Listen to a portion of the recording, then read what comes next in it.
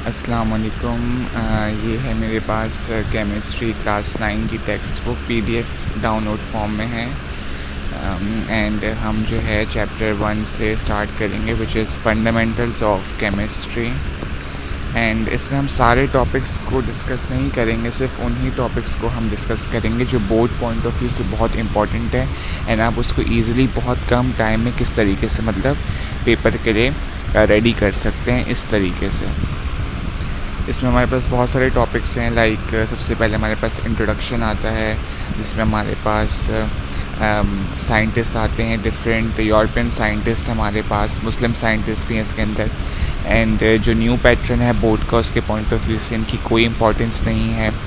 आगे चलते हैं तो हमारे पास आती है केमिस्ट्री की डेफिनेशन एंड इसकी इम्पोर्टेंस। ये भी सवाल इम्पॉर्टेंट है लेकिन इसकी वैल्यू भी इतनी नहीं है, तो इसको डिस्कस कर लेते हैं। केमिस्ट्री की सिंपल डेफिनेशन आपने इस तरीके से बतानी है कि केमिस्ट्री बेसिकली नेचुरल साइंस की ब्रांच है जिसमें हम मैटर का कॉम्पोजिशन, उसका स्ट्रक्चर, उसके रिएक्शंस, उसका यूज़, ये सब पढ़ते हैं। That's it. अब इसके बाद जो है केमिस्ट्री की हमारे पास इम्पोर्टेंस आती है, उसमें हमें 3 पॉइंट्स लिखने होते हैं। तो पहले ही इम्पोर्टेंस हम ये लिख सकते हैं कि केमिस्ट्री ने जो है fertilisers, glass, plastics, polymers, paints, detergents वगैरह ये सब बनाए, नंबर 1। एंड नंबर 2 बहुत सारे डिजीज़ेस जो है उसका क्योर निकाला।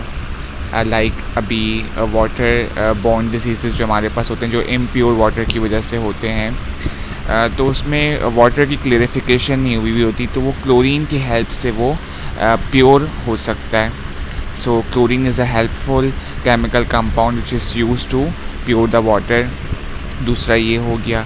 इसके अलावा जो है केमिस्ट्री ने हमें कमर्शियली बहुत सारे कंपाउंड्स बनाने की इजाज़त दी, like bleaching agent, disinfectants, refrigerators, polyvinyl chloride, drugs बनाई, मेडिसिन बनाई। जितनी भी आज मेडिसिन हैं ये सारी केमिस्ट्री की बुनियाद। तो सिंपल केमिस्ट्री की इंपॉर्टेंस में हमारे पास 3 पॉइंट्स हमें लिखने होते हैं। उसमें हम ये लिख सकते हैं कि drugs discovery, medicine discovery chemistry की वजह से हुई है।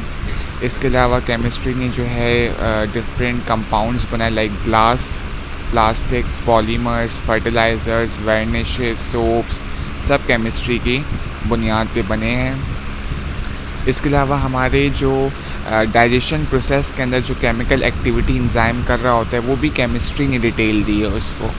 तो इस तरीके से शॉर्ट करके 3 पॉइंट्स ऑन इट्स इम्पॉर्टेंस।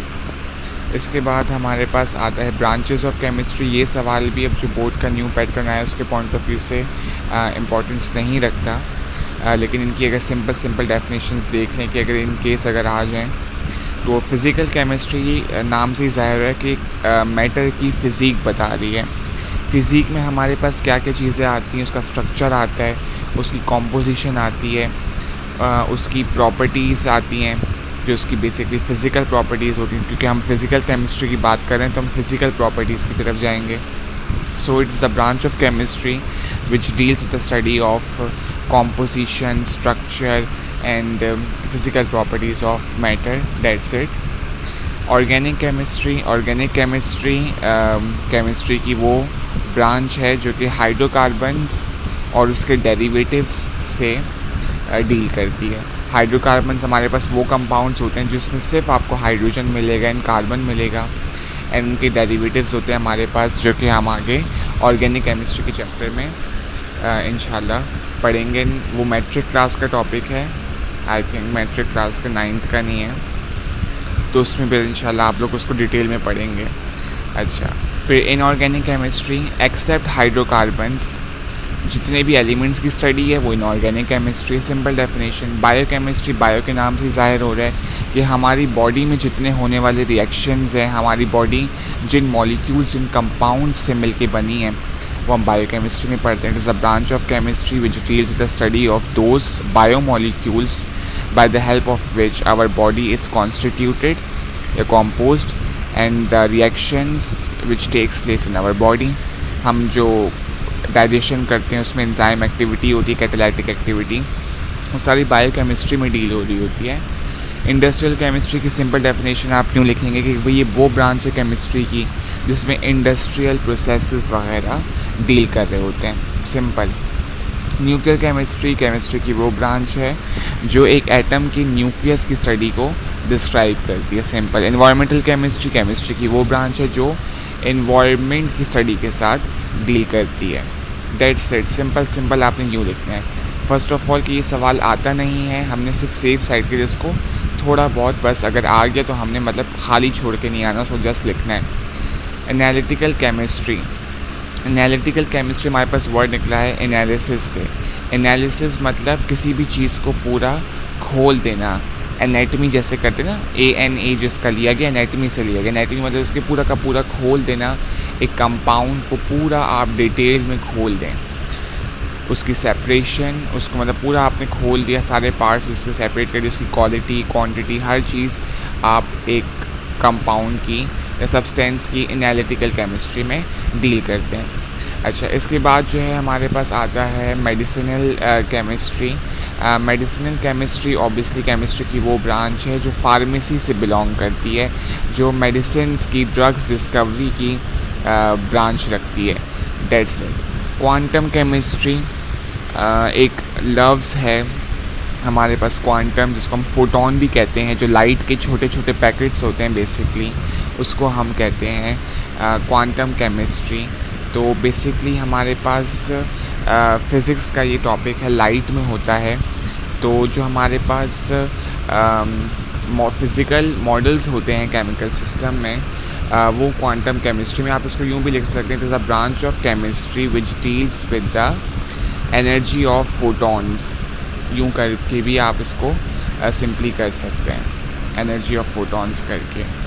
अच्छा, इसके बाद हमारे पास आता है ग्रीन केमिस्ट्री। एक वर्ड हमने सुना होगा कि keep your area green, keep Pakistan green. इसका मतलब क्या है कि दरख्त लगाएं और जितनी भी आलूदगी है उसको ख़त्म करें। तो ये वही ब्रांच है केमिस्ट्री की जिसमें हम हैज़र्डस इफ़ेक्ट्स, नुकसानदेह जो इफ़ेक्ट्स होते हैं, हार्मफुल इफ़ेक्ट्स, उनको ख़त्म करें एंड ऐसे प्रोडक्ट्स को डिज़ाइन करें या ऐसे मेथड्स को डिज़ाइन करें जो उन आलूदगियों में ख़त्म होने का बाइस बने। ठीक है, तो सिंपल ब्रांचेस थी। फ़र्स्ट ऑफ ऑल ये आती ही नहीं है, जो न्यू पैटर्न बना है, लेकिन अगर आ गई तो उसमें ऑर्गेनिक इनऑर्गेनिक बहुत इम्पॉर्टेंट है सबसे ज़्यादा, एंड बायोकेमिस्ट्री इम्पॉर्टेंट है तीसरे नंबर पे, और एनालिटिकल है, न्यूक्लियर है। बाकी कोई इतनी इम्पॉर्टेंट ब्रांच नहीं होती इसके अंदर। इसके अलावा ये बेसिक डेफिनेशन है मैटर की, एटम की, मॉलिक्यूल्स की बिल्कुल भी नहीं पूछते, ना ये सब्सटेंस की, एलिमेंट की, हाउ टू राइट सिंबल, ये सब ये बिल्कुल भी नहीं पूछते। What is valency, valency all तो पूछते नहीं हैं, लेकिन एक इम्पॉर्टेंट चीज़ है जो कि मतलब एक स्टूडेंट को पता होनी चाहिए। तो वैलेंसी बेसिकली ये है कि एक एटम के अंदर इलेक्ट्रॉन की मतलब कितने नंबर ऑफ़ इलेक्ट्रॉन्स, उसका जो आखिरी शेल होता है, उसका जिसको हम वैलेंस शेल भी कहते हैं, जिसको हम आउटर मोस्ट शेल भी कहते हैं, उसमें कितने इलेक्ट्रॉन्स रखने की गुंजाइश है। और ज़ाहिर सी बात है आखिरी शेल में जितने इलेक्ट्रॉन्स होते हैं उतने ही वो दे रहा होता है। तो हम यूँ भी कह सकते हैं कि वो नंबर ऑफ़ इलेक्ट्रॉन्स जो एक मेटल, क्योंकि नॉन मेटल तो देता ही नहीं है इलेक्ट्रॉन, एक मेटल देने की सलाहियत रखे। जैसे अगर सोडियम है तो वो एक इलेक्ट्रॉन देने की सलाहियत रखता है, सिर्फ एक, और उसके आखिरी शेल में होता भी एक इलेक्ट्रॉन है। तो दोनों पॉइंट ऑफ व्यू से वैलेंसी की डेफिनेशन कि एक एटम जिसके आखिरी शेल में जितने इलेक्ट्रॉन्स होंगे वो उसकी वैलेंसी होगी। The number of electrons present in the outer most shell of an atom is called its valency. साथ साथ में ईजी वर्ड्स और डेफिनेशंस भी आपको बता रहा हूँ।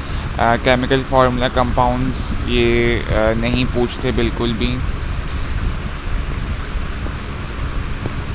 इसके बाद एलिमेंट, कंपाउंड, मिक्सचर ये भी बिल्कुल भी नहीं पूछते। अच्छा, empirical formula and molecular formula अगर आ गया तो इसका डिफरेंस आ जाता है। जैसे एम्पेरिकल फार्मूला हमारे पास है एक शॉर्टेस्ट एंड सिंपलेस्ट जो रेशियो बताता है एक फार्मूले का, वो आपको एम्पेरिकल फार्मूला बताता है। मॉलिक्यूलर फार्मूला आपको क्या बताता है कि एक मॉलिक्यूल के अंदर कितने नंबर ऑफ़ एटम्स शामिल हैं। जैसे अगर मैं बात करूं, यहाँ पे कार्बन डाइऑक्साइड को मैं देख लेता हूँ। कार्बन डाइऑक्साइड में मेरे पास CO2, O कितने हैं मेरे पास 2, एंड C मेरे पास कितना है 1 C के नीचे कोई नंबर नहीं है, तो इट मीन्स 1 है। हम 1 यूजुअली रिप्रेजेंट नहीं करते, तो C हमारे पास 1 है एंड O2 है। तो मॉलिक्यूलर फार्मूला कार्बन डाइऑक्साइड का CO2 है, एंड वो CO2 कैसे बना है कि उसमें एक कार्बन का एटम है और 2 उसमें ऑक्सीजन का एटम है, और वो दोनों मिला के मॉलिक्यूल बना रहे हैं। तो ये है मॉलिक्यूलर फार्मूला कि आपको बताता है नंबर ऑफ़ एटम्स एक मॉलिक्यूल में कितने हैं। ऑक्सीजन के 2 हैं, कार्बन का 1 है। एम्पेरिकल फार्मूला हमें क्या बताता है, सिंपलेस्ट होल नंबर रेशियो बताता है उसी एटम का या मॉलिक्यूल का। जैसे C6H12O6 अभी ये मेरे पास है ग्लूकोज का, तो आपने इसको क्या करना है, सिंपली इन नंबर्स को जो है सिंप्लीफाई करना है, जैसे हम मैथ्स में करते हैं, सिंप्लीफाई करना है। मैं करता हूँ 6 1 ज़ा 6, क्योंकि मैथ्स तो है नहीं जो मैं छोटे नंबर से करूँ, 2 3 ज़ा 6, 2 6 ज़ा 12 एंड 2 3 ज़ा 6, फिर इसको अगेन करूँ। तो सिंपली मैं क्या करूँगा इसको, 6 1 ज़ा 6, 6 2 ज़ा 12, 6 1 ज़ा 6। C के पास 1 आ जाएगा, H के पास 2 आ जाएगा, O के पास 1, बिकॉज 6 1 ज़ा 6, 6 2 ज़ा 12, 6 1 ज़ा 6। ऐसे नंबर से तीनों को डिवाइड करना है, एक ही नंबर से तीनों को डिवाइड करना है।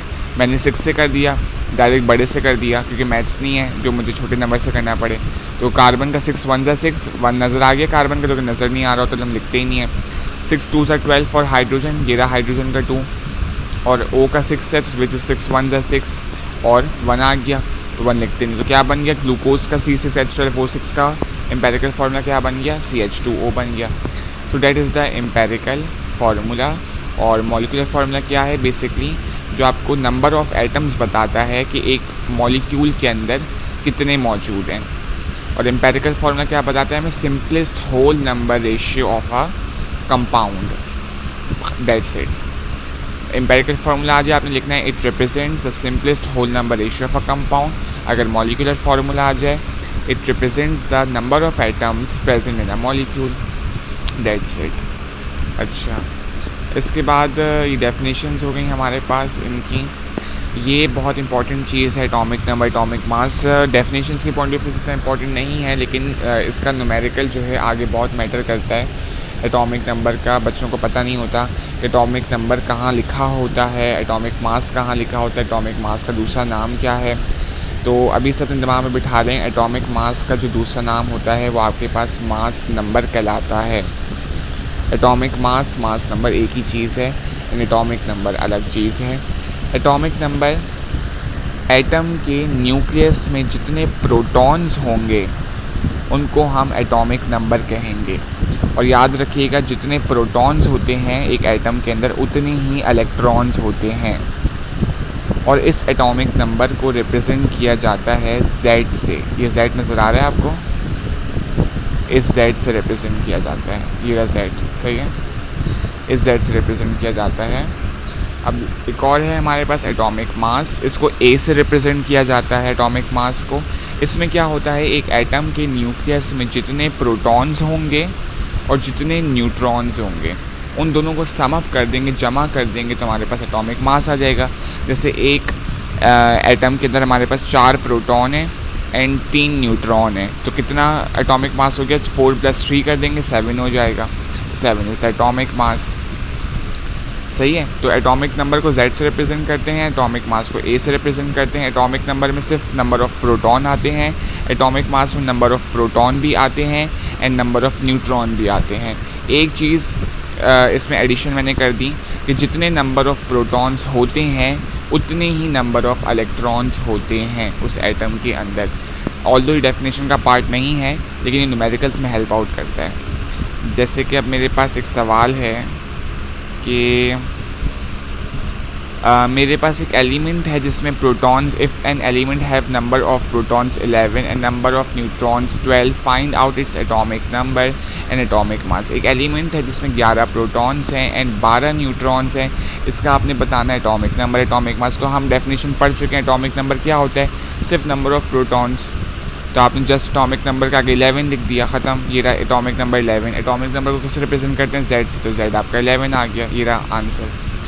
अच्छा, अब क्या बताना है? एटॉमिक मास भी बताना है। हमें पता है एटॉमिक मास में क्या क्या होता है, नंबर ऑफ प्रोटॉन भी होते हैं, नंबर ऑफ न्यूट्रॉन भी होते हैं। नंबर ऑफ प्रोटॉन कितने हैं? 11 है, नंबर ऑफ न्यूट्रॉन 12। 11 + 12 23 आ गया एटॉमिक मास, डेट सेट, ख़त्म।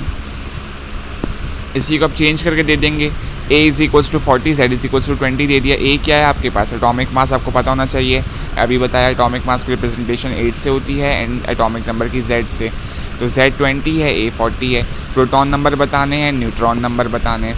तो हमें एक बात पता है कि एटॉमिक नंबर अगर जो भी एटॉमिक नंबर है वही नंबर ऑफ़ प्रोटॉन होता है और वही नंबर ऑफ़ इलेक्ट्रॉन भी होता है। तो एटॉमिक नंबर को Z से रिप्रेजेंट करते हैं। ये रहा Z = 20 लिखा हुआ है, ठीक है। तो जब Z = 20 लिखा हुआ है तो it means number of protons कितने हो गए? 20 हो गए, क्योंकि नंबर ऑफ़ प्रोटॉन्स ये एटॉमिक नंबर, और एटॉमिक नंबर की रिप्रेजेंटेशन किससे होती है? Z से होती है। तो हमारे पास नंबर ऑफ़ प्रोटॉन्स कितने हो गए? 20। विदाउट एनी फार्मूला अप्लाइंग आपने डायरेक्ट = जैसे मैंने किया, नंबर ऑफ़ प्रोटॉन्स 20 ऐसे डायरेक्ट लिख देना है। अब नंबर ऑफ़ न्यूट्रॉन्स के लिए हम क्या करेंगे? हम ये बात जानते हैं, ये जो A है ये एटॉमिक मास है, इसमें प्रोटॉन और न्यूट्रॉन को दोनों को प्लस करके रखा हुआ होता है। तो हमें ये पता है कि जब प्रोटॉन और न्यूट्रॉन इस A के अंदर मौजूद है, मतलब जो 40 नंबर है उसमें प्रोटॉन्स भी हैं, न्यूट्रॉन्स भी हैं। अब हमें न्यूट्रॉन्स निकालने हैं, हमें प्रोटॉन्स पता चल गए कि कितने 20 हैं। अभी हमने Z को बताया ना, Z क्या है? नंबर ऑफ़ प्रोटॉन है ना, तो वो 20 हैं। बस इतना दिमाग में बिठाएं, Z जो है वो नंबर ऑफ़ प्रोटॉन है और उसी को एटॉमिक नंबर कहते हैं। तो Z हमारे पास 20 है, तो उस 20 को 40 में से माइनस कर दें, तो जो नंबर आ जाएगा 20, ये रहा आंसर में, वो न्यूट्रॉन नंबर हो जाएगा। सही है। अच्छा, इसके बाद है ये मॉलिक्यूलर मास, फार्मूला मास, ये भी न्यूमेरिकल के पॉइंट ऑफ व्यू से इंपॉर्टेंट, इसकी डेफिनेशन कोई भी नहीं पूछता। मॉलिक्यूलर मास नाम ही इसका आइडेंटिफाई कर रहा है कि ये मॉलिक्यूल का मास बता रहा है। It is the mass, it is the value which represents the mass of a molecule, that's it. Formula mass क्या है? बिल्कुल वही होता है, उसकी कैलकुलेशन भी बिल्कुल वैसी ही होती है, लेकिन बस फ़र्क ये है कि मॉलिक्यूलर मास एक मॉलिक्यूल का होगा, एक एटॉमिक मॉलिक्यूल, एक न्यूट्रल मॉलिक्यूल का होगा। फार्मूला मास एक आयोनिक कंपाउंड का होता है। आयोनिक कंपाउंड जिस पर चार्जेस होते हैं, इसमें पॉजिटिव नेगेटिव चार्जेस होते हैं, जैसे सोडियम क्लोराइड मशहूर आयोनिक कंपाउंड है हमारे पास। सही है। तो मॉलिक्यूलर मास सिंपल एक मॉलिक्यूल का मास एंड फार्मूला मास एक आयोनिक कंपाउंड का मास होता है। इसकी कैलकुलेशंस इंशाल्लाह न्यूमेरिकल में डिस्कस करेंगे। अच्छा, इसके अलावा जो है हमारे पास केमिकल स्पीशीज़ आती हैं। ऑल्दो ये इंपॉर्टेंट टॉपिक नहीं, कोई पूछता नहीं, इसमें से फ्री रेडिकल्स इंपॉर्टेंट सा है एंड वो भी ऐसे जितना कोई इंपॉर्टेंट नहीं है, लेकिन हम इसको डिस्कस कर लेते हैं बिकॉज अभी आगे जो इलेक्ट्रोकेमिस्ट्री है उसमें ये चीज़ें पता होनी चाहिए। तो सबसे पहले हम देखते हैं आयन क्या होता है। आयन की डेफिनेशन अगर आपसे कोई पूछे तो सिंपली आपने यूँ बोलना है, the charged particle is called ion. जो चार्ज्ड पार्टिकल होता है इसको हम आयन कहते हैं। और अगर उस आयन पे पॉजिटिव चार्ज होगा तो हम कैटायन बोलेंगे, और अगर नेगेटिव चार्ज होगा तो हम उसको एनायन बोलेंगे। तो आयन क्या हुआ? The simply charged particle, it is the charged particle. Cation क्या है? It is the positively charge particle. Anion क्या है? It is the negatively charge particle. Molecular ions को छोड़ दें, बिल्कुल भी इंपॉर्टेंट नहीं है। नाम से ज़ाहिर हो रहा है कि एक मॉलिक्यूल जब अपना इलेक्ट्रॉन लूज़ करेगा या गेन करेगा तो वो जो आयन बनाएगा उसको हम मॉलिक्यूलर आयन कहेंगे। तो फ्री रेडिकल्स की बात करते हैं। फ्री रेडिकल्स हमारे पास इंपॉर्टेंट है। फ्री रेडिकल्स एक ऐसी कंडीशन है कि एक एटम है, फॉर एग्जांपल मेरे पास एक एक्स एटम है, वो बॉन्ड बना रहा है। बॉन्ड बनाते ही किसने? स्टेबिलिटी अटेन करने के लिए बनाते हैं, स्टेबल होने के लिए बनाते हैं। अब उसने इलेक्ट्रॉन अपने 2 दे दिए किसी को, वो 2 इलेक्ट्रॉन देने के बाद भी स्टेबल नहीं हुआ, उस कंडीशन को कहते हैं फ्री रेडिकल। एक एटम है, उसने स्टेबिलिटी अटेन करनी है, और स्टेबिलिटी अटेन करने के लिए वो बॉन्ड बनाएगा। बॉन्ड बनाने के लिए उसने अपने वैलेंस शेल के, आउटर मोस्ट शेल के जो इलेक्ट्रॉन्स होंगे वो उसने दे दिए। मेटल की बात कर रहा हूँ, उसने दे दिए, ठीक है। वो इलेक्ट्रॉन्स दे दिए स्टेबिलिटी अटेन करने के, लेकिन उसको स्टेबिलिटी अटेन नहीं हुई, तो उस कंडीशन में हमारे पास फ्री रेडिकल्स बनते हैं। सही है। और स्टेबिलिटी सिर्फ उसी में होती है, स्टेबिलिटी उस कंडीशन को कहते हैं जब हमारे पास इवन नंबर ऑफ़ इलेक्ट्रॉन्स मौजूद होते हैं और वो सारे इलेक्ट्रॉन पेयर्ड होते हैं। पेयर्ड मतलब कपल की फॉर्म में मौजूद होते हैं, पेयर्ड होते हैं एंड इवन नंबर में होते हैं। इवन नंबर्स मतलब या तो वो इलेक्ट्रॉन 6 होंगे या 8 होंगे या 4 होंगे या 2 होंगे। 2 होंगे तो 2 का पेयर बन जाएगा, 4 होंगे तो एक पेयर 2 का, एक पेयर 2 का, 6 होंगे तो 3 पेयर्स बन जाएंगे। समझ में आया? फ्री रेडिकल में क्या होता है कि ये पेयर्स नहीं बनते, इवन नंबर नहीं आता, ऑड नंबर आता है। पेयर्ड इलेक्ट्रॉन नहीं होते, अनपेयर्ड होते हैं। ऑड नंबर कैसे? 7 में मैं 2 2 4 5 6 3 पेयर बना दूंगा, एक बेचारा रह जाएगा, तो एक रह गया, उसको हम फ्री रेडिकल बोलेंगे। तो ये तो हो गई फ्री रेडिकल की डेफिनेशन। कंडीशन क्या है फ्री रेडिकल की कि एक एटम बॉन्ड बनाता है स्टेबिलिटी अटेन करने के लिए, लेकिन उसको बॉन्ड बनाने के बाद भी बेचारे को स्टेबिलिटी हासिल नहीं हुई, उस कंडीशन में उसके पास फ्री रेडिकल बनता है। तो फ्री रेडिकल इंपॉर्टेंट चीज़ थी। अच्छा, इसके बाद ये मॉलिक्यूल, इसके टाइप्स, इन सब फजूल टॉपिक्स हैं। इसके बाद हमारे पास ये केमिकल इक्वेशन, इसमें न्यूमेरिकल आता है, ये इसको समझने की कोई ज़रूरत भी नहीं है, सारी फालतू चीज़ें। Gram atomic mass, gram formula mass, gram molecular mass, इनको भी कोई नहीं पूछता। बेसिकली जो हम एटॉमिक मासेस याद करते हैं ये वही चीज़ें होती हैं, सारी की सारी वही होती हैं पीरियोडिक टेबल से जो हम याद करते हैं। बस जैसे अगर सोडियम है, अकेला है, वो एटम में होता है, और अगर कार्बन डाइऑक्साइड की बात कर लूँ तो उसमें कार्बन और ऑक्सीजन 2 एटम्स आ रहे हैं, तो मॉलिक्यूल का मॉलिक्यूलर मास बन जाएगा। कार्बन डाइऑक्साइड का 44 बन जाएगा ना, कार्बन का 12, O2 का 32। तो बस सिंपल फार्मूला मास मैंने आपको बता दिया, फार्मूला मास होता है आयोनिक कंपाउंड का है, तो उसमें NaCl को डाल दो। तो ये वही है जो हम पीरियोडिक टेबल से एटॉमिक मासेस याद करते हैं, वही है। अच्छा, ये इंपॉर्टेंट चीज़ है मोल, एंड इसके नीचे हमारे पास लास्ट टॉपिक है एवोगैड्रोस नंबर, एंड ये जो है आपके पास न्यूमेरिकल्स, हम न्यूमेरिकल के सेक्शन में डिस्कस करेंगे। एंड ये वाला जो न्यूमेरिकल है लास्ट पेज पे, इस चैप्टर का जो लास्ट पेज है समरी से पहले वाला, पेज नंबर 28 पे, ये कोई भी नहीं पूछता, ये बोर्ड में इसको बिल्कुल भी करने की ज़रूरत नहीं है, सिर्फ ऐसे ही दे दिया है। अच्छा, अब हमारे पास है मोल्स एंड एवोगैड्रोस नंबर। तो सबसे पहले जो है हम देख लेते हैं मोल को। मोल बेसिकली क्या करता है, सिंपल हमें जो है एक सब्सटेंस का जो है हमें बताता है एटॉमिक मास। अगर तो वो एटम है तो उसका एटॉमिक मास बताएगा, अगर तो वो मॉलिक्यूल है तो उसका मॉलिक्यूलर मास बताएगा, और अगर आयोनिक कंपाउंड है तो उसका वो फार्मूला मास बताएगा। मोल बेसिकली हमें ये बताता है, ठीक है। मोल का फार्मूला भी न्यूमेरिकल्स के सेक्शन में डिटेल में डिस्कस होगा। इसके बाद जो है हमारे पास है एवोगैड्रोस नंबर। एवोगैड्रो साइंटिस्ट अपने नाम पे इसको रखा है, इटालियन साइंटिस्ट था हमारे पास नेम्ड एवोगैड्रो। उसने क्या किया था, सिर्फ ये बताया था कि एक मोल में कितने नंबर ऑफ एटम्स, अगर एटॉमिक मास है तो एटम्स, मॉलिक्यूलर मास है तो मॉलिक्यूल्स, अगर फार्मूला मास है तो आयन्स, यानी कि आयनिक कंपाउंड में आयन्स ही होंगे ऑब्वियसली। तो एवोगैड्रोस ने बेसिकली सिंपल एक इटालियन साइंटिस्ट था, उसका नाम था एवोगैड्रोस, ने ये बताया था कि एक मोल के अंदर 6.02 मल्टीप्लाई बाई 10 की पावर 23 मॉलिक्यूल्स या एटम्स या आयन्स मौजूद होते हैं। Simple, it is the value which describes the number of atoms, ions और molecules in a atom, molecule और आयनिक कंपाउंड। या फिर अगर इसको सिंपली लिखना है तो is the number which describes the number of atoms present in a molecule, that is 6.02 multiply by 10 की पावर 23। अगर आपने सब कुछ लिख दिया, आपने वैल्यू नहीं इसकी शो करी अपनी डेफिनेशन में, तो वो डेफिनेशन मार्क्स लेस हो जाएगी, उसकी कोई इंपॉर्टेंस नहीं रहेगी। तो मोल एंड एवोगैड्रोस नंबर इस पूरे चैप्टर में डेफिनेशन की बहुत ज़्यादा इंपॉर्टेंट है। एंड इस चैप्टर में मेनली जो आपका पॉइंट आता है ना, वो ये सेक्शन डी है आपका बुक का, न्यूमेरिकल्स का, ये वाला। इसमें balance the chemical equations, formula mass, molecular mass, जो एक ही तरीके से निकलते हैं दोनों के दोनों, सही है। मोल्स का एक न्यूमेरिकल होता है और एक नंबर ऑफ़ मॉलिक्यूल्स का होता है। बैलेंस इक्वेशन का होता है, मॉलिक्यूलर मास का होता है, मोल्स का होता है, नंबर ऑफ़ मॉलिक्यूल्स, 4 न्यूमेरिकल्स होते हैं। इस पहले चैप्टर में बोर्ड जो प्रायोरिटी देता है वो न्यूमेरिकल्स को देता है, न्यूमेरिकल्स के अलावा अगर आता भी है तो वो डेफिनेशंस पे ज़्यादा से ज़्यादा आ जाता है, जिसमें मोल आ जाता है, एवोगैड्रोस नंबर आ जाता है, एम्पेरिकल मॉलिक्यूलर फार्मूला आ जाता है, and atomic number, atomic mass उसका भी वो लोग नहीं देते, न्यूमेरिकल पे ही जाते हैं वो। और इसके अलावा जो है केमिस्ट्री, उसकी इम्पोर्टेंस, एंड बस ब्रांचेस भी सब नहीं देते। इस फर्स्ट चैप्टर में आपने मेनली जो अपना फोकस रखना है वो न्यूमेरिकल पे रखना है।